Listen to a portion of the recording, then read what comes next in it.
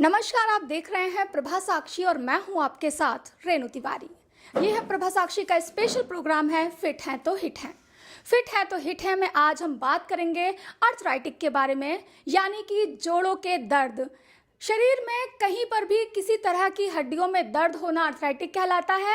और पहले इसकी एक समय सीमा होती थी दर्द उठने की, लेकिन आज ये बच्चों तक में दर्द होता है। तो इसी पर ही हम बात करने के लिए आए हैं। हमारे साथ हैं डॉक्टर सुभाष शाल्या, जो बताएंगे कि क्या है ये प्रॉब्लम। सर, सबसे पहले तो आपका बहुत बहुत स्वागत है प्रभा साक्षी में। धन्यवाद। सर, क्या है ये प्रॉब्लम? पहले एक सीमा होती थी कि 40 साल के बाद ये दर्द होता है, लेकिन आजकल बच्चों में ये दर्द मुझे देखने को मिलता है। कई सारे मैंने परेशान बच्चों को देखा है। क्या है ये आर्थराइटिक का प्रॉब्लम? जी देखिए, ऐसा है कि जो दर्द होता है वो हमेशा जब कार्टिलेज घिस जाती है या कमज़ोर हो जाती है, कार्टिलेज इलास्टिक होती है। जैसे कि मेरी नाक है, ये तो नाक, ये कार्टिलेज है और ये हार्ड बोन है, ये कार्टिलेज है और ये हार्ड बोन है। तो ये दर्द इसी के अंदर होता है। कार्टिलेज जब घिस जाती है तो दर्द होने लगता है। और कार्टिलेज की अपनी कोई ब्लड सप्लाई नहीं होती है। ब्लड सप्लाई होती है वो बोन की होती है। जैसे मैं आपको ये नी जॉइंट के बारे में बताऊँ, ये नी जॉइंट की बोन है, तो इसकी ब्लड सप्लाई है, इसकी ब्लड सप्लाई है। और जो इस गुलाबी रंग की जो कार्टिलेज दी है, इसकी कोई ब्लड सप्लाई नहीं होती है। तो जब बोन कमज़ोर हो जाती है तो कार्टिलेज भी डैमेज होने लगती है। जब कार्टिलेज डैमेज होने लगती है तो वो लोड बेयरिंग नहीं सहन कर पाती, एक हड्डी दूसरे से टकराने लगती है और ऐसा करने से उसके अंदर दर्द होने लगता है। तो पहले ऑस्टियोपोरोसिस होती है, बोन की कमज़ोरी होती है। और जितना भी जंक फूड खाते हैं, सूरज की रोशनी में नहीं रहते हैं और खोला और खाली मीन्स जिनमें प्रिजर्वेटिव होते हैं, ऐसा खाना खाएं जैसे चिप्स है और कुरकुरे हैं या इस तरह की जो पैक्ड चीज़ें होती हैं, उनको खाने से हमारे बॉडी को प्रॉपर मात्रा में कैल्शियम नहीं मिल पाता और जो उसके अंदर प्रिजर्वेटिव होते हैं वो ऑस्टियोपोरोसिस कर देते हैं। तो विटामिन डी की कमी, क्योंकि सनलाइट का एक्सपोजर नहीं है, कैल्शियम की कमी और न्यूट्रिएंट की कमी, उससे हड्डी कमज़ोर हो जाती है। एंड प्रोटीन की कमी, प्योर शुगर लेते हैं, प्योर फैट लेते हैं, जैसे आलू है, चिप्स हैं, कुरकुरे हैं, पिज़्ज़ा है, बर्गर है, आलू की टिक्की है, जितना जंक फूड है उसके अंदर प्रोटीन बहुत कम होती है, प्योर नीट कैलोरीज होती हैं। तो बोन्स, मसल्स, कार्टिलेज सभी कमज़ोर हो जाती हैं और उससे आर्थराइटिस होने लगती है। सर, बच्चों में ये होने का क्या कारण है? मतलब बच्चे तो अभी तो उनकी ग्रोथ जस्ट होना शुरू होती है और सडन उनको इस तरह की प्रॉब्लम आना, इसका क्या कारण है? मैं वही बता रहा हूँ। जब हम पढ़ते थे हमारी उम्र में चश्मा लगता था 30-40 साल के अंदर। अब बच्चों के अंदर वो पैदा बाद में होते हैं, चश्मा पहले लग जाता है। 4th-5th क्लास के अंदर उनका चश्मा लगता है। रीज़न यही है कि आप प्रोटीन नहीं ले रहे हैं। जो ग्रोथ के लिए प्रोटीन है, प्रोटीन नहीं ले रहे हैं। और cartilage 100% protein, bone is also 100% protein plus calcium. तो जो न्यूट्रिएंट कम है, फिर हर बच्चा आजकल टीवी देखता रहता है, कोच पोटैटो हो गए हैं, डाइट प्रॉपर नहीं है, एक्सरसाइज तो हो ही नहीं रही है, स्कूलों प्लेग्राउंड खत्म हो गए हैं, मोबाइल पे खेल रहे हैं। तो अगर मांसपेशियां कमज़ोर होंगी तो बोन्स को और जॉइंट को सपोर्ट करने वाला सिस्टम वीक हो जाएगा और आर्थराइटिस होगी। दूसरी चीज़, आजकल जो माएँ बनती हैं अधिकांश न्यूक्लियर और सिंगल फैमिली हो गई हैं। घर में बड़ी बूढ़ी नहीं होती हैं, सास नहीं होती है, ना माँ के परिवार का साथ है ना पिता के बाप का साथ है, पति के परिवार का भी साथ नहीं रहता है और अपनी माँ के परिवार का भी साथ नहीं रहता है। तो जो गर्भावस्था में भोजन चाहिए वो उनको नहीं मिल पाता है।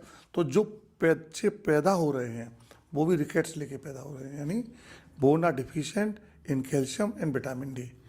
तो जो कमज़ोर हैं उन्हीं में आर्थराइटिस होती है, मजबूतों में आर्थराइटिस नहीं होती है। अगर मांसपेशियाँ मजबूत होंगी तो आर्थराइटिस नहीं होगी। अच्छा, मतलब इसका एक आधार, जो ये प्रॉब्लम बच्चों में हो रही है, इसका आधार एक गर्भावस्था के अंदर जो महिलाएं भोजन कर रही हैं, ये भी हो सकता है। तो सर, आपसे ही जानना चाहूँगी कि किस तरह से गर्भावस्था में जो औरतें होती हैं वो किन बातों का ध्यान रखें ताकि जो भी उनका बेबी हो वो मतलब बॉर्न से स्ट्रांग हो। जी, ये बहुत सही सवाल आपने पूछा। गर्भावस्था के अंदर, बढ़ते हुए बच्चों के अंदर, एथलीट के अंदर, मेनो लेबर के अंदर, इनके लिए भोजन की जो मात्रा है प्रोटीन की, कैलोरीज की, वो करीब 1.5 गुना 2 गुना हो जाती है। अगर सिंगल प्रेगनेंसी है तो करीब 1.5 गुना हो जाती है। अगर ट्विन प्रेगनेंसी है तो नॉर्मल जो डाइट है उसकी 2 गुना हो जाती है। जैसे एक आम सामान्य महिला को 1800 कैलोरी से 2000 कैलोरी चाहिए। अगर वो शारीरिक श्रम नहीं करिए। अगर फिजिकल लेबर कर रही है तो उसको 1,500 कैलोरीज तक चाहिए। गर्भावस्था में ये करीब 3,000 कैलोरीज तक पहुंच जाता है। तो वो जो कैलोरीज के अंदर आपको प्रोटीन चाहिए, आयरन चाहिए, कैल्शियम चाहिए, विटामिन डी चाहिए, फोलिक एसिड चाहिए, ये महिलाएं नहीं लेती हैं। तो उसी की वजह से जो बच्चे गर्भ में होते हैं, जो बच्चा पैदाइशी बच्चे का वजन 2.5 किलो से 3 किलो के बीच में होना चाहिए, वो पैदा हो रहा है 1.5 किलो का, 2 किलो का। तो अंदर से ही जब पैदा ऐसा, तो अगर वो जब भोजन पूरा नहीं लेंगी, सनलाइट का एक्सपोजर नहीं करेंगी, माइल्ड एक्सरसाइज नहीं करेंगी, तो बच्चे का जो बोन मास है, बॉडी मास है, वो कहाँ से आएगा। तो डाइट की प्रॉपर लें, बढ़ते बच्चों को प्रॉपर डाइट दें, क्योंकि तभी बच्चे ठीक रह पाएंगे। उसके बाद तमाम महिलाएं जो ब्रेस्ट फीडिंग से परहेज करती हैं आजकल, बिकॉज ऑफ फैशन के हमारे स्तन लटक जाएंगे, हमारी फिगर ख़राब हो जाएगी, और वो ऊपर वाले दूध पर डाल देती हैं, तो वो जो डब्बे वाला दूध है that is not so effective. उन तमाम चीज़ों का असर बच्चों पर पड़ता है। मैंने देखा, मेरे यहाँ भी तमाम महिलाएं आती हैं और उनके साथ कोई छोटा बच्चा है, तो उनके हाथ में चिप्स के और कुरकुरे के पैकेट होते हैं, या वो बिस्किट्स खाते हैं। मैं बहुत डांट लगाता हूँ, सर बच्चा तो हमारा। तीसरी चीज़, एक और चीज़ मैंने देखा, घर घर के अंदर वो कोल्ड ड्रिंक्स रखे रहते हैं, कोला ड्रिंक्स, कोई ऑरेंज कलर का है, कोई ब्लैक कलर का है, कोई स्प्रिट है, कोई ग्रीन कलर का है। ये सब सबसे खतरनाक चीज़ है। अगर मॉडर्न लाइफ के अंदर मैं देखूं तो सबसे खतरनाक जो चीज़ है वो कोला ड्रिंक्स हैं, क्योंकि उनके अंदर फॉस्फोरिक एसिड होता है, और वो फॉस्फोरिक एसिड बोन का कैल्शियम पेशाब के थ्रू बॉडी से बाहर निकाल देता है, हड्डियाँ कमज़ोर हो जाती हैं, और कमज़ोर हड्डियाँ हैं तो अर्थराइटिस होगी। तो बच्चे, एक हाथ में चिप्स का पैकेट है, एक हाथ में पिज़्ज़ा है, या जो पास्ता है, ये जो चीज़ें हैं ये सबसे ज़्यादा हानिकारक हैं। अब मैं उनको समझाता हूँ, अरे क्या करें, बच्चा मानता ही नहीं है। तो ये अगर बच्चे की परवरिश अच्छी नहीं करेंगे तो उसको चश्मा तो लगेगा ही लगेगा, हड्डियाँ भी कमज़ोर हो जाएंगी। अब एक और चीज़ है, आजकल 30 ईयर्स पे 40 ईयर्स पे हार्ट अटैक हो रहे हैं ना, that is the main reason, it is the main reason. यदि आप शरीर की रिक्वायरमेंट के अनुसार भोजन लेंगे तब ही आपका शरीर स्वस्थ रहेगा। ठीक, तो एक तो बोन डेंसिटी नॉर्मल रहनी चाहिए, मसल मास नॉर्मल। दूसरी, बच्चों को कहिए फिजिकल लेबर करें, 1 घंटा खेलने जाएं। इस खेल के आए तो फिर उनको हाई प्रोटीन डाइट दीजिए, बेसन के चीले बना के दीजिए, मटर दीजिएगा उनको, ड्राई फ्रूट्स दीजिए उनको, रिफाइंड शुगर ना दें उनको, गुड़ दें उनको। तो थोड़ी आदतें चेंज करें। और अगर मांसपेशी मजबूत नहीं होंगी तो बोन की बीमारी होगी। ऐसी कोई बोन की बीमारी नहीं है, ऐसा कोई बोन का ऑपरेशन नहीं है जिसमें अगर आप एक्सरसाइज नहीं करें और रिजल्ट आ जाए। और अगर मसल्स जब भी मजबूत होंगी जब आप मसल्स 100% प्रोटीन है, आप प्रोटीन खाएंगे, हड्डियाँ मजबूत होंगी और आपकी बोन मजबूत होंगी, जॉइंट्स मजबूत होंगे, और फिर आपको अर्थराइटिस नहीं होगी। सर, आपने बहुत सारी जानकारी दी। अब थोड़ा आगे बढ़ते हैं। ये तो रही बच्चों की बात। जैसे जो वयस्क हैं, लाइक जिनका एज है 20 से 30-40 तक का जो है, ये अपने चीज़ों को लेके बहुत कॉन्शियस होते हैं। इनका लाइफ स्टाइल जो है घर ऑफिस। अब कुछ लोग बाहर से आते हैं, बाहर का खाना खाते हैं, बहुत सारी लाइफ स्टाइल, सर समझ रहे हैं आप किस तरह से। तो वो लोग, और कई लड़कियां तो अपने फिगर को लेके बहुत ज़्यादा कॉन्शियस होती है, तो डाइट वगैरह करती है। तो क्या जिम, डाइट और ये लाइफ स्टाइल का असर क्या आज हमारे शरीर पे पड़ रहा है? बिल्कुल पड़ रहा है। पहले मैं एक बहुत मोटी सी बात बताऊं, जब मैं आज से 20 साल पहले या 30 साल पहले पेशेंट्स को देखता था तो महिलाओं का मेनोपॉज 45 से 50 के बीच में होता था, कुछ महिलाओं का मेनोपॉज 55 पे भी होता था। लेकिन अभी जब मैं दिल्ली आया और यहाँ पूछा, एक लेक्चर था महिलाओं की सभा के अंदर, उन्होंने मुझे इन्वाइट किया था, मैं लेक्चर लिया, तो मैंने कोई मेनोपॉज 45-50, तो सभी महिलाएं हंसने लगीं। मैं हंस क्यों रही आप, डॉक्टर साहब किस ख्याल में रहते हैं, आजकल 30 पे होने लगा है। It is because of stress level. Family भी संभालनी है, जॉब संभालना है, बच्चे संभालने, पति संभालना है, और इन लॉज उनको भी संभालना। स्ट्रेस लेवल बहुत ज़्यादा होता है तो जंक फूड की तरफ वो खोला और खाने वाले भोजन पा जाती हैं। फिर फिजिकल एक्सरसाइज, वो समझते किचन में काम कर लिया फिजिकल एक्सरसाइज होगी, ऐसा नहीं है। यदि आपके जॉइंट्स में खराबी है, एक तो इन्वेस्टिगेशन नहीं कराना चाहते लोग, तुरंत एक्सरे कराएं। मैं पिछले 20 साल से देख रहा हूँ कि अभी तक कोई महिला और पुरुष ऐसा मेरे पास नहीं आया जिसका विटामिन डी लेवल नॉर्मल हो। 100 नॉर्मल लेवल होता है, 90 to 100, हर एक का लेवल मुझे निकल के आ रहा है। किसी का 8 है, किसी का 10 है, किसी का 3 है, किसी का 14, किसी का 15 है, 20 ऊपर किसी का नहीं मिलता है।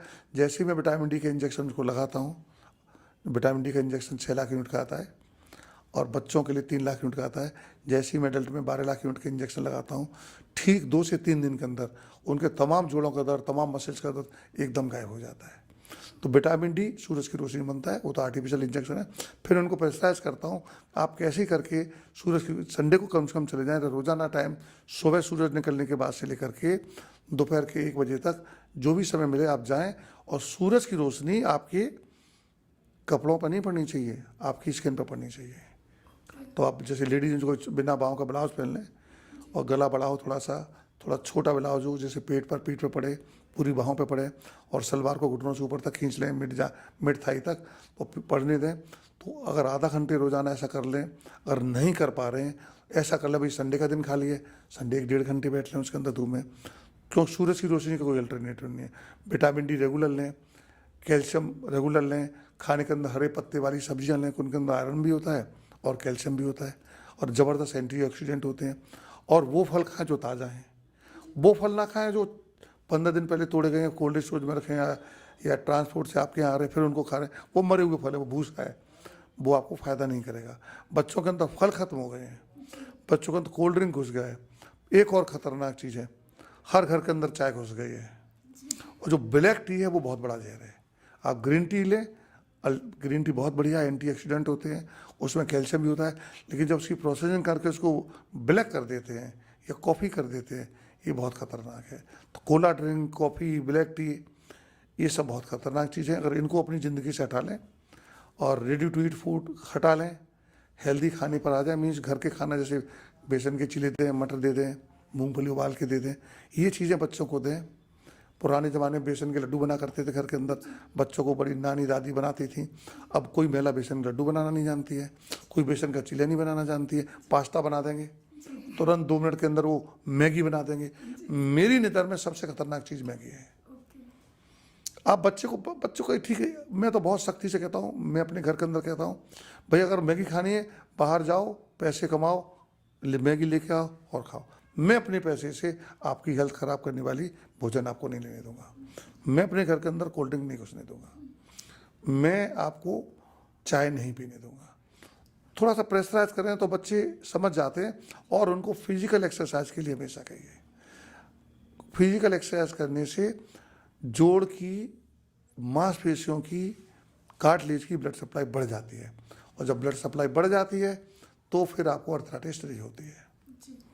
सर आपने तो बहुत सारी जानकारी दी। अब थोड़ा सा सर, ये जो अर्थराइटिक का प्रॉब्लम है ये कितने प्रकार का होता है? कई लोगों को हाथ में होती है तो कई लोगों को पैरों में, तो कितने प्रकार का होता है? आप तो डॉक्टर हैं, आपके पास कई तरह के कस्टमर्स आ रहे होंगे जो बूढ़े बुजुर्ग हैं, उनको किस तरह से अपना ध्यान रखें? देखिए, अर्थराइटिस जोड़ों का दर्द कहलाता है, और जोड़ों का दर्द पूरी दुनिया के अंदर इस पर रिसर्च हुई है। जो अर्थराइटिस फाउंडेशन जो वर्ल्ड का है, उन्होंने 120 तरह की अर्थराइटिस अब तक खोजी है, और 120 की अर्थराइटिस जो कॉमन होती हैं।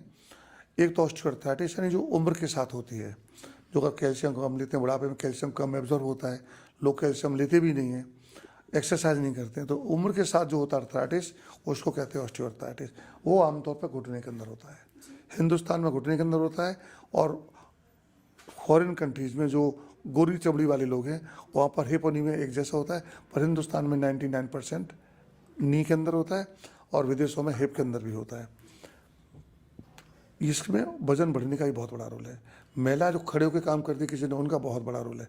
तो अगर महिलाओं को मैं किचन में स्टूल रखवा देता हूँ और उनकी ज़िंदगी से सीढ़ी को हटा देता हूँ, मैं फर्स्ट फ्लोर से ग्राउंड फ्लोर पर ले आता हूँ, तो 99% महिलाओं के अंदर 10-15 दिन में दर्द खत्म हो जाता है, सिर्फ इतना चेंज करने से। किचन में खड़े होकर काम मत करो, स्टूल पे काम करो, और सीढ़ियों को अपनी ज़िंदगी से हटा दो। अगर सीढ़ियाँ यूज ही कर रही हैं तो दोनों तरफ रेलिंग लगा के, और रेलिंग को पकड़ के ऊपर चढ़ें और उतरें। ठीक। दूसरा होता है कि कैल्शियम आपको रेगुलर लेना चाहिए, विटामिन डी रेगुलर लेना चाहिए, मीनोपॉज के बाद यानी 50 साल के बाद रेगुलर लेना चाहिए कैल्शियम की गोली रोज, स्पेशली कैल्शियम साइट्रेट मेलिएट, और विटामिन D3 की एक गोली हर संडे को। ठीक। यदि बहुत ज़्यादा कम है तो शुरू में 2 इंजेक्शन 12 लाख यूनिट के लगवा लें। दूसरा होता है रूमेटॉइड अर्थराइटिस। इसमें जो हाथ और पैर, हाथ पैर के जो स्मॉल जॉइंट्स हैं ये प्रभावित होते हैं, इसको रूमेटॉइड अर्थराइटिस कहते हैं। ये हाथ का मॉडल है, ये पैर का मॉडल है। ये जो छोटे छोटे जितने जोड़ हैं, इन सब जोड़ों के दर्द होता है।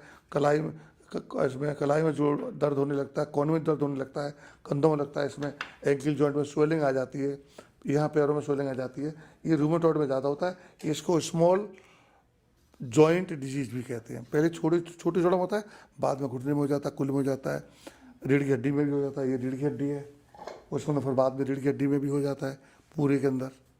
तो ये अलग होता है। इसकी एक और वैरायटी होती है, रूमेटॉइड की कई वैरायटी होती है, जिसमें एनिकाइलोजिंग स्पॉन्डिलाइटिस है, इसमें आदमी लगातार झुकता चला जाता है, उसमें HLA-B27 पॉजिटिव आता है, वो अलग वैरायटी है। रूमेटॉइड के अंदर रूमेटॉइड अर्थराइटिस के RA फैक्टर पॉजिटिव आता है, C रिएक्टिव प्रोटीन पॉजिटिव आती है, कभी कभी एसओ टाइटर बढ़ जाता है, और एंटी-CCP एंटीबॉडी होती है, वो बढ़ जाती है इनिशियल में, बाद में एंटी-CCP एंटीबॉडी एंड RA फैक्टर दोनों बढ़ जाते हैं। तो उसका इलाज पूरी ज़िंदगी करना पड़ता है। जो 3-4 गोलियाँ पूरी ज़िंदगी लेनी पड़ती हैं, और उनको DMARDS कहते हैं, disease modifying anti rheumatoid drugs. वो पर उनके भी अलग साइड इफ़ेक्ट होते हैं, कभी लिवर प्रभावित हो जाता है, कभी किडनी प्रभावित हो जाती है, हर 3 महीने बाद उसको टेस्ट कराने पड़ते हैं, और उसके अकॉर्डिंग डोज रेगुलेट करनी पड़ती है। और मरीज़ आमतौर पर अगर मरीज़ ईमानदारी से चले और एनिमल फूड प्रोडक्ट को हटा दे ज़िंदगी से, तो 3 महीने के अंदर उसके जोड़ों का दर्द समाप्त हो जाता है, पर वो मेंटेन करके रखना पड़ता है। ऐसे एनिकाइलोजिंग स्पॉन्डिलाइटिस है, उसमें रीढ़ की हड्डी प्रभावित होती है, हिप और नी भी प्रभावित होते हैं, उसमें भी एक गोली ज़िंदगी भर लेनी पड़ती है। पर अगर एक्सरसाइज नहीं करेंगे तो डिफॉर्मिटी तो होगी ही होगी। डिफॉर्मिटी रोकने के लिए आपको एक्सरसाइज करनी पड़ेगी, मसल का बैलेंस करना पड़ेगा। चाहे कोई भी अर्थराइटिस है, बिना एक्सरसाइज के रिजल्ट नहीं आएगा।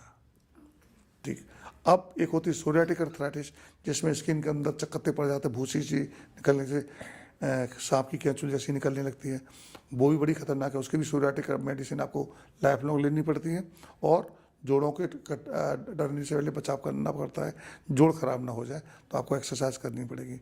यदि बहुत ज़्यादा जोड़ टेढ़े हो गए हैं, तो जोड़ अक्सर रात में ही टेढ़े होते हैं, जो सीधे उंगली ऐसी टेढ़ी हो जाती है, तो उनके अंदर रात को स्प्लिंट लगाते हैं, जिसके जोड़ टेढ़े ना हो जाए। कोई भी दवा जोड़ को टेढ़ा होने से नहीं रोक सकती, सिर्फ आपकी एक्सरसाइज टेढ़ा होने से रोक सकती है।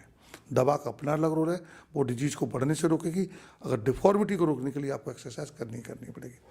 अधिकांश मरीजों के अंदर गर्म पानी की शिकायत से बहुत आराम मिलता है, तो अगर एक्सरसाइज करें तो पहले गर्म पानी के टब में हाथ डाल दें, पैर डाल दें। अगर बड़ा बाथ टब परचेज कर सकते हैं तो उसके अंदर 15 मिनट आप लेट लें, उसके बाद एक्सरसाइज करें। नहीं तो स्टीम का जो चैम्बर आता है, स्टीम चैम्बर जिसको स्टीम बाथ कहते हैं, 2000 रुपये का मार्केट में आता है, उसमें 10 मिनट बैठ लें, उसके बाद एक्सरसाइज करें। ये स्पेशली रूमेटॉइड और ऑस्टियोआर्थराइटिस और एनिकाइलोजिंग के लिए बहुत ज़्यादा पेनलेस एक्सरसाइज हो जाती है। ठीक है, और पूछिए। सर, जैसे मैं जानना चाहूँगी, एक नॉर्मल हाथ पैर में दर्द होना, जैसे नॉर्मल दर्द होता है हाथ पैर में, क्या वो आर्थराइटिस से जुड़ा हुआ होता है? अधिकांश जितने मरीज आ रहे हैं, नॉर्मल हाथ पैर में दर्द होता है, तो उसमें मुझे तो 99% विटामिन डी की कमी नज़र आ रही है। कैल्शियम वो लेते नहीं है, हरे पत्ते वाली सब्जियां वो लेते नहीं है। मैं आपको पालक, मेथी, बथुआ, बीन्स, अरे साहब ये कोई खाने की चीज़ें हैं, तो वो इस तरह की चीज़ें नहीं लेते। तो खाना चेंज कर लें। भगवान ने हमें बीमार होने के लिए नहीं बनाया है, 100 साल तक स्वस्थ नहीं बनाया। आप जो प्रॉपर मेंटेनेंस नहीं कर रहे हैं, प्रॉपर डाइट ले रहे, इसलिए अर्थराइटिस होती है। रूमेट और एनिकाइलोजिंग तो माँ बाप से आती है, ठीक है, ये मान लिया वो कंजेनिटल डिजीज है। ऑस्टियोआर्थराइटिस नहीं आती है, बहुत कम रोल है इसमें हेरिडिटी का। आपकी लाइफ स्टाइल का ज़्यादा रोल है, भोजन का ज़्यादा रोल है। सर, जैसे कभी कोई एक्सीडेंट या कभी किसी दुर्घटना का शिकार हो जाए तो उस समय जैसे हड्डियां टूट जाती हैं, ये सारी प्रॉब्लम्स हो जाती हैं, तो क्या ये कारण भी आगे चल के अर्थराइटिस का प्रॉब्लम होता है? बहुत बढ़िया आपने सवाल पूछा। उसको सेकेंडरी ऑस्टियोआर्थराइटिस कहते हैं। जैसे मैं समझाऊँ आपको, ये जोड़ है, इस जोड़ के अंदर अगर मान लो फ्रैक्चर हो और यहाँ पे फ्रैक्चर हो जाए, यहाँ फ्रैक्चर हो जाए, तो जॉइंट सरफेस है, देखिए ये जॉइंट सरफेस है, ये चिकनी है, ये फट जाएगी। तो ये ऐसी जैसी कांच फट जाए, तो कांच फट जाए तो जब हाथ फैलाएंगे तो आपको महसूस होगा हाथ से छूटा हुआ है। तो अगर यहाँ इंट्रा आर्टिकुलर फ्रैक्चर होगा तो ये मान के चले तो जोड़ के अंदर दर्द होगा ही होगा। ये इसको सेकेंडरी ऑस्टियोआर्थराइटिस कहते हैं। दूसरी चीज़, अगर आपने नेलिंग प्लेटिंग करा ली और उसके बाद आपने एक्सरसाइज नहीं की और मांसपेशियाँ उस फ्रैक्चर साइज से चिपक गई हैं, एडियर हो गई हैं, तो फिर आपको अर्थराइटिस हो जाती है। तो आपको जो फ्रैक्चर सर्जरी के बाद प्रॉपर फिजियोथेरेपी प्रोटोकॉल लेना चाहिए। उसमें पैसा खर्च होता है, कोई भी फिजियोथेरेपी 100-200 रुपये घंटे से कम में नहीं करेगा, वो लोग नहीं देना चाहते हैं। तो उससे जॉइंट स्टिफ हो जाता है और फिर वो अर्थराइटिस में कन्वर्ट हो जाता है। तो चाहे फ्रैक्चर से हुआ है, चाहे मांस में चोट लगी है, अगर फिजियोथेरेपी नहीं करेंगे तो आपको बहुत बढ़िया रिजल्ट नहीं आएगा। ठीक है। और अगर कभी कभी एक और चीज़ मैं आपको बताऊं, नी जॉइंट, चलिए कोई बात नहीं। हाँ, तो इस तरह से आपको हर हालत के अंदर कोशिश करनी चाहिए कि देखिए, अर्थराइटिस अगर रूमेटॉइड है, रूमेटॉइड की एक वैरायटी होती है जिसको कहते हैं JRA, जुवेनाइल रूमेटॉइड अर्थराइटिस।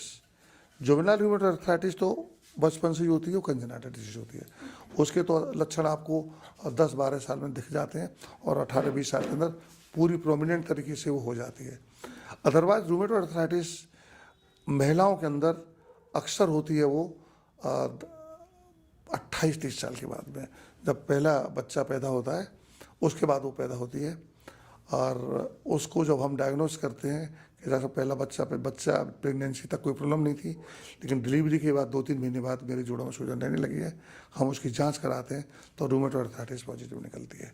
फिर हमें उसका इलाज करना पड़ता है। और अगर वो सेकंड प्रेगनेंसी करना चाहती है तो उससे फिर हमें 3-4 महीने पहले, प्रेगनेंसी प्लान करने से पहले, कंसेप्शन से पहले, हमें 6 महीने पहले वो दवाएं बंद करनी पड़ती है, नहीं तो सेकंड प्रेगनेंसी के अंदर प्रॉब्लम होने की संभावना रहती है। तो ये रूमेटॉइड तो कंजेनाइटल है, एनकाइलोजिंग कंजेनाइटल है, लेकिन ऑस्टियोआर्थराइटिस कंजेनाइटल नहीं है। बहुत कम केसेस के अंदर हुआ है। आपके माँ को भी बहुत ज़्यादा अर्थराइटिस है, फादर को भी है, फैमिली डिजीज है, तो फिर ये बच्चों में हो सकती है। लेकिन रूमेटॉइड जरूर होती है बच्चों के अंदर, चाहे उसके लक्षण सामने आए या ना आए। और नहीं आए तो कैरियर अगली जनरेशन में देंगे। तो रूमेटॉइड का इलाज करना चाहिए। रूमेटॉइड वाले लोगों को अपने बच्चों की भी जांच करानी चाहिए। सर, ये बीमारी कितनी खतरनाक है? क्या ऐसा भी हो सकता है कि आगे चल के अगर इसका समय से इलाज नहीं कराया गया तो आप अपने हाथ और जो पैर होते हैं उनसे क्या आप हाथ धो सकते हैं? ऐसा भी है कि हाथ पैर खराब, चलना फिरना, जंग लग जाए उस तरह? ऑस्टियोआर्थराइटिस के अंदर तो आदमी लंगड़ाता रहता है, चलता रहता है। ऑस्टियोआर्थराइटिस के अंदर और बहुत ज़्यादा हो जाता है, फिर उसका जॉइंट रिप्लेसमेंट करना पड़ता है हमें। क्योंकि अगर पूरी कार्टिलेज एकदम 100% जो कार्टिलेज, अगर ये पूरी गद्दी खत्म हो गई है और हड्डी से हड्डी चिपक गई है और टांगें टेढ़ी हो गई हैं, जो टांगें सीधी होती हैं उस तरह से टेढ़ी हो गई हैं, तो फिर हमें जो जैसे कि कैटरेक्ट के अंदर मोतियाबिंद के तो आँखों का लेंस चेंज कर देते हैं, उसी तरह से हम इसके अंदर आर्टिफिशियल नीच के अंदर डाल देते हैं। कार्टिलेज डालते, घुटना कोई नहीं बदलता है, जो डैमेज पार्ट है वही बदला जाता है। जैसे अब कोई नहीं कहता आँख बदल दी आपने, सुना कभी? सुबह भी हमने लेंस बदलवा लिया, ऐसे इसके अंदर कार्टिलेज बदली जाती है, जो 10 mm की कार्टिलेज होती है वो चेंज कर देते हैं इसके अंदर। ठीक ऐसे ही रूमेटॉइड के अंदर, यस, रूमेटॉइड के अंदर आपने अगर प्रॉपर मैनेज नहीं किया है, डिफॉर्मिटी कंट्रोल नहीं किया तो सब उंगलियाँ टेढ़ी हो जाएंगी। लेडीज अपने ब्लाउज नहीं कर सकती, मंजन नहीं कर सकती, बाल नहीं काट सकती, वो पेटीकोट का नाड़ा नहीं बांध सकती, टॉयलेट नहीं साफ कर सकती, तो वो विकलांग हो जाती हैं। बहुत विकलांग दे देखिए। यदि आप फिजियोथेरेपी नहीं करेंगे रूमेटॉइड के अंदर और एनकाइलोजिंग के अंदर, तो फिर तो आपकी दुर्गति हो रही होनी है। और दुर्भाग्य की बात है, मेरे पास तमाम मरीज आते हैं और वो करीब करीब 15-20 डॉक्टर्स को चेंज किए होते हैं, बड़े हाई फाई सेंटर्स पे इलाज कराए होते हैं, और बीच में दुखी हो गए वो पतंजलि और यूनानी और होम्योपैथिक वो भी कराए हुए होते हैं, और चूरन चटनी। तो लेकिन कोई भी बंदा उनको फिजियोथेरेपी के लिए नहीं सजेस्ट करता है। दवाएं चल रही हैं, लेकिन उसके बाद डिफॉर्मिटी हो रही है। क्यों हो रही है डिफॉर्मिटी? क्योंकि उनको किसी ने नहीं बताया कि ये बीमारी जोड़ टेढ़े करती है।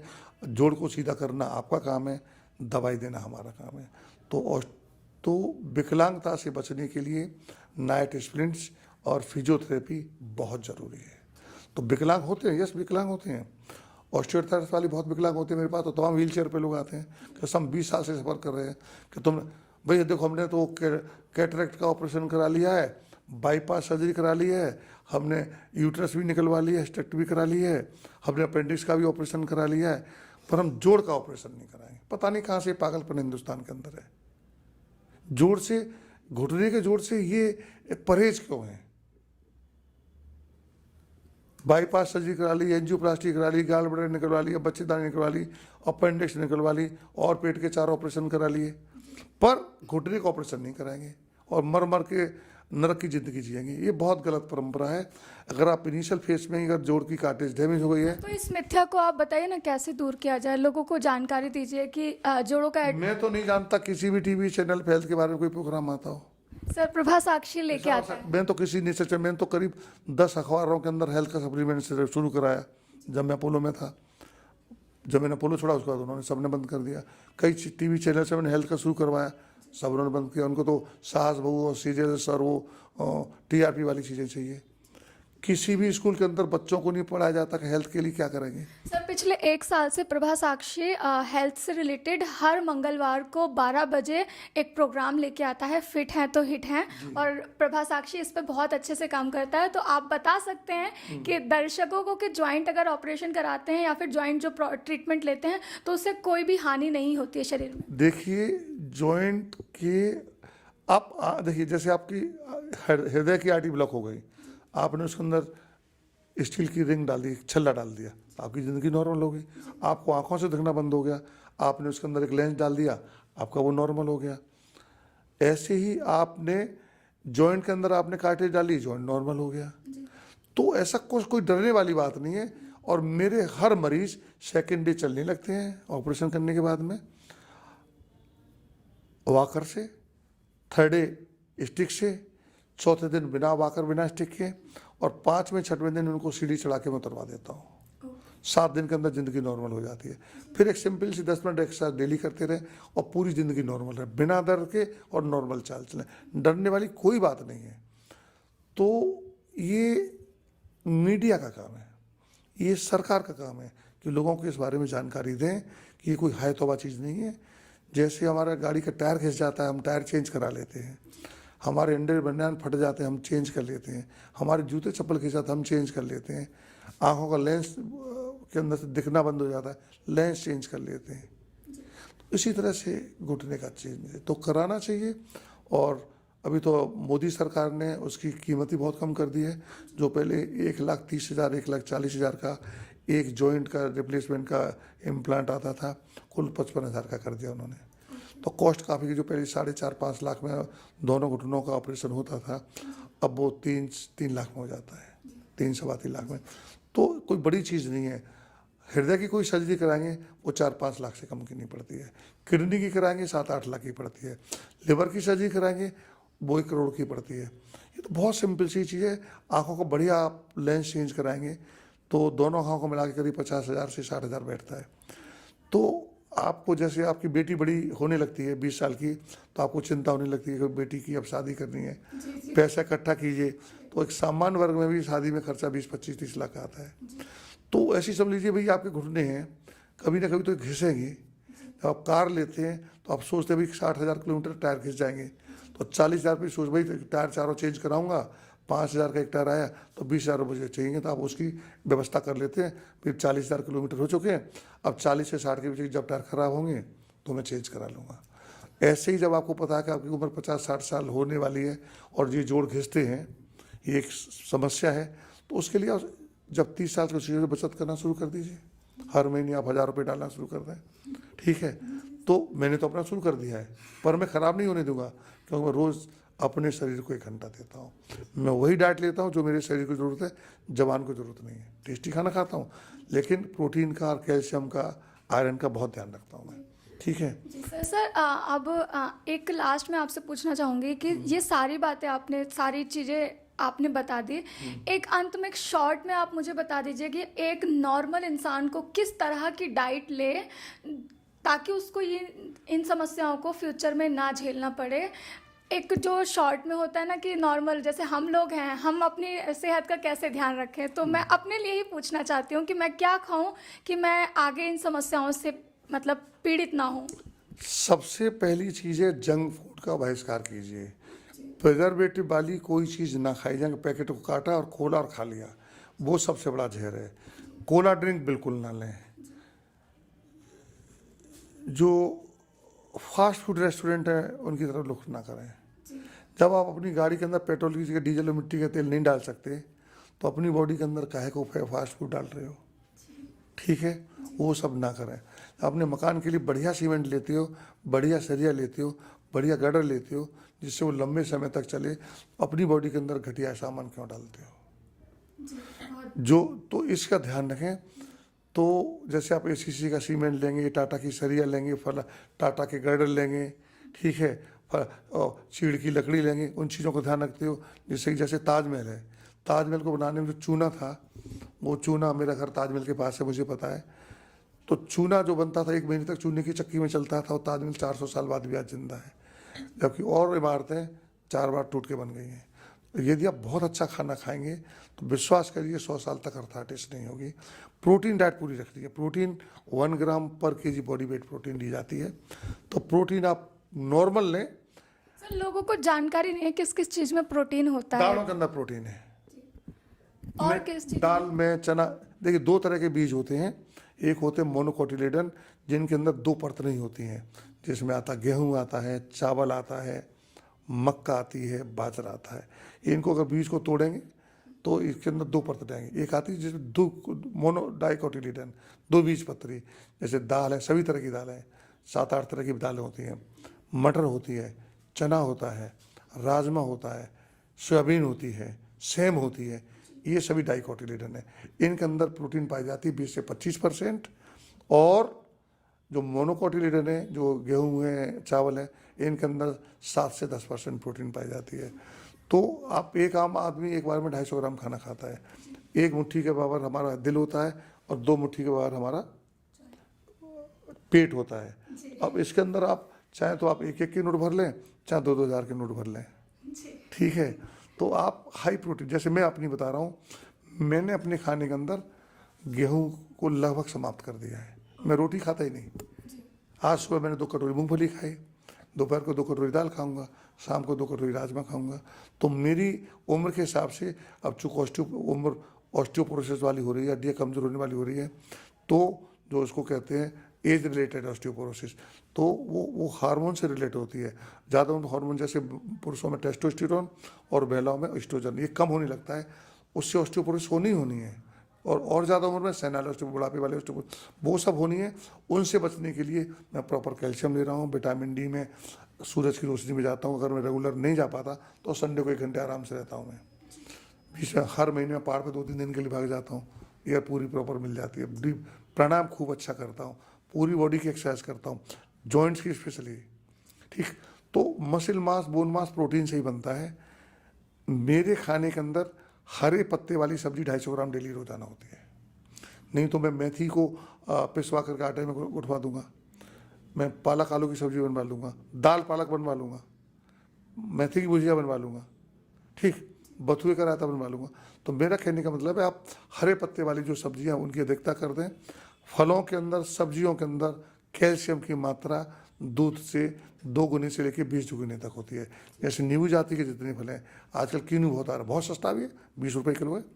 तो कीनू खाइए, संतरा खाइए, मौसमी खाइए, नींबू खाइए, चकोतरा खाइए, नारंगी खाइए।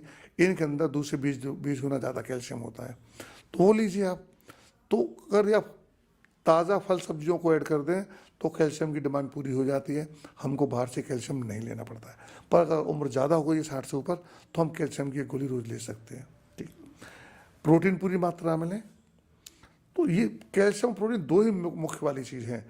तो जब हम भोजन के अंदर हरे रंग बिरंगे फलों की मात्रा बढ़ा देंगे, ताज़ा फल होने चाहिए, पेड़ से टूटे या ज़मीन से निकलने के अंदर अगले 24 से 48 घंटे के अंदर हमारे पेट में चले जाएं। तो मरीज को मैं समझाता हूँ, भाई देखो ऐसा करो, आपका केला केरला में हुआ है, सेब आपका हिमाचल में हुआ है या कश्मीर में हुआ है, आपके मुँह पेट तक जाने तक, दांतों के द्वारा पेट तक जाने में कम से कम 1 सप्ताह कर गया, वो उतना इफेक्टिव नहीं रह गया। आपके किसान ने सुबह 4 बजे खीरा तोड़ा, ककड़ी तोड़ी, मूली तोड़ी, गाजर तोड़ी, टमाटर तोड़ा, और अगले 6-7 घंटे के अंदर वो आपके पेट में चला जाता है। इकट्ठा खाना भोजन मत खरीदिए, ताज़ा रोज़ाना खरीदिए, फ्रिज में मत रखिए और ताज़ा खाइए। तो वही जो आपके घर के आसपास 50 किलोमीटर्स के अंदर या 100 किलोमीटर के अंदर जो भी फल सब्जी पैदा की जा रही हैं, जो सब्जी वाले की दुकान में मिल रही हैं, फल वाले की दुकान पर नहीं, वहाँ पर रखी हुई चीज़ें मिलती हैं, कोल्ड स्टोरेज की मिलती है। ताज़ा फल, ये आपका कॉमन सेंस लगाइए, इसको टूटे हुए कितना टाइम लगा होगा, उस ताज़े फल सब्जी की अधिकता आप कर दीजिए। तो मेरा ये मानना है कि 99% बीमारियां आपको नहीं होंगी, ऑस्टियोआर्थराइटिस नहीं होगी। और एक एक्सरसाइज का टाइम दीजिए। देखिए, आप सुबह स्नान करते हैं 15 मिनट, दांत भी साफ करते हैं, शरीर को कितना टाइम देते हैं आप? वो कोई नहीं देता है। शरीर को टाइम दें, प्रॉपर डाइट रखें, तो भगवान ने आपको 100 वर्ष की उम्र तक किसी भी बीमारी से ग्रसित होने के लिए नहीं बनाया है। ये मेरी पूरी मानता है। एक और चीज़ जो मैं बता रहा था, नी जॉइंट के अंदर जो जॉइंट होता है, इसके 3 पार्ट होते हैं, देख लीजिएगा, 3 पार्ट होते हैं। जब हड्डियाँ होती है इस तरह से टेढ़ी हो जाती है, जोड़ इस तरह से लगभग टेढ़ा हो जाता है, तो ये स्पेस 10 mm का इतना होता है, 1 सेंटीमीटर का। तो हम इसको लिगामेंट को रिलीज करके पूरा इस तरह का कर देते हैं। और इस जॉइंट के 3 पार्ट होते हैं, ये एक्चुअली घिस जाती है हमारी। ये इतनी मोटी हमारी भगवान की दी कार्टिलेज होती है, जो इसके अंदर दी हुई है, ये जो गुलाबी वाली है, ये घिस जाती है। तो इसको हम डालते हैं, ये कहीं टूट ना जाए, तो इसकी सपोर्ट के लिए एक मेटल की बेस प्लेट होती है, इसके अंदर ये ऐसे फंस जाता है, ठीक है। और इसको नीचे वाली हड्डी के अंदर इस तरह से फंसा देते हैं। ऊपर वाली भी कार्टिलेज गल जाती है कमर की, उसके अंदर अब इसको फंसाते हैं कैपिंग। जैसे गंजे के सिर पे आपने काली टोपी पहना दी बाल वाली, तो बस ये हो गया। और ये जोड़ आपका इस तरह से चलता है, नॉर्मल जोड़ की तरह से। और ये इम्प्लांट करीब 45 साल चलता है, यदि आपकी बोन की डेंसिटी नॉर्मल है और आपका शरीर का वजन लंबाई के हिसाब से सामान्य है। अधिक वजन घुटने के ऊपर, खड़े होने में 5 किलो का, 1 किलो का लोड 5 किलो, और चलने में और दौड़ने में 10 से 15 किलो का लोड डालता है। तो वजन को नॉर्मल करें, और जो भी वजन बढ़ता है वो प्रोटीन से नहीं बढ़ता है, वो सिर्फ और सिर्फ चर्बी से बढ़ता है। तो लो चर्बी, लो मिठाई डाइट लें। हर भोजन के अंदर कुछ ना कुछ शुगर मिली हुई है, शुगर का वहाँ से चल जाता है, और एक्स्ट्रा शुगर बॉडी में फैट में कन्वर्ट होती है।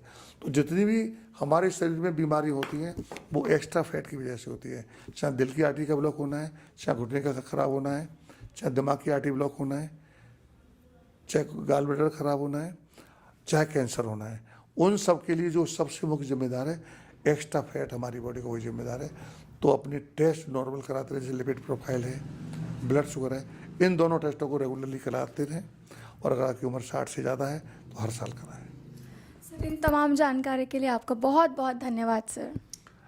धन्यवाद। आपने बहुत अरसे के बाद किसी चैनल ने हेल्थ के बारे में कुछ सोचा, मैं आपका आभारी हूँ। और निवेदन करूँगा, किसी सीनियर डॉक्टर के द्वारा हेल्थ की जानकारी आप समाज को देते रहें। और मुझे खुशी है कि आपने एक बीड़ा उठाया है, और ख़ास तौर से आप इसके लिए प्रतिबद्ध हैं कि आप जानकारी देंगे। बहुत बहुत धन्यवाद sir, thank you so much. तो देखा आप लोगों ने कि डॉक्टर सुभाष ने किस तरह से बताया कि अपने दिनचर्या और अपने लाइफस्टाइल में चेंज करने से कैसे आप अर्थराइटिक जैसी प्रॉब्लम से छुटकारा पा सकते हैं, और थोड़ा ध्यान देना होगा, और इन तमाम समस्याएं जो हेल्थ से जुड़ी होती हैं उनसे आप छुटकारा पा सकते हैं। ऐसे ही लेटेस्ट अपडेट के लिए, हेल्थ से जुड़े तमाम टिप्स के लिए आप बने रहें प्रभा साक्षी के साथ। इसके अलावा देश दुनिया की तमाम खबरों के लिए आप prabhasakshi.com पर जा सकते हैं। फिलहाल मैं रेनू आपसे विदा चाहती हूँ। अगले हफ्ते एक नए एपिसोड में कुछ नए मुद्दों पर फिर से मुलाकात होगी।